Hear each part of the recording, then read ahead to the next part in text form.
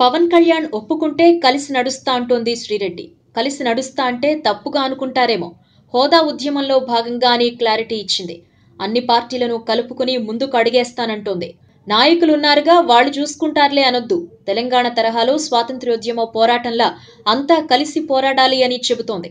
పనికిరాని వాటిపై ప్రేమ అభిమానాలు వదిలిపెట్టి ఆంధ్ర కోసం పోరాటం చేద్దామంటూ హోదా పేరుతో కొత్త డ్రామాకు తెరతీసింది. నిన్నటి వరకు కాస్టింగ్ కౌచ్ వివాదం, ఆ తర్వాత పవన్ పై మెగా ఫ్యామిలీపై కామెంట్స్ తో హాట్ టాపిక్ అయింది. ఇప్పుడు కాస్త రూటు మార్చి హోదా కోసం పోరాడదాం రండి అంటోంది. అంతేకాదు, అసలు యువత వల్లే ప్రత్యేక హోదా రావడం లేదట.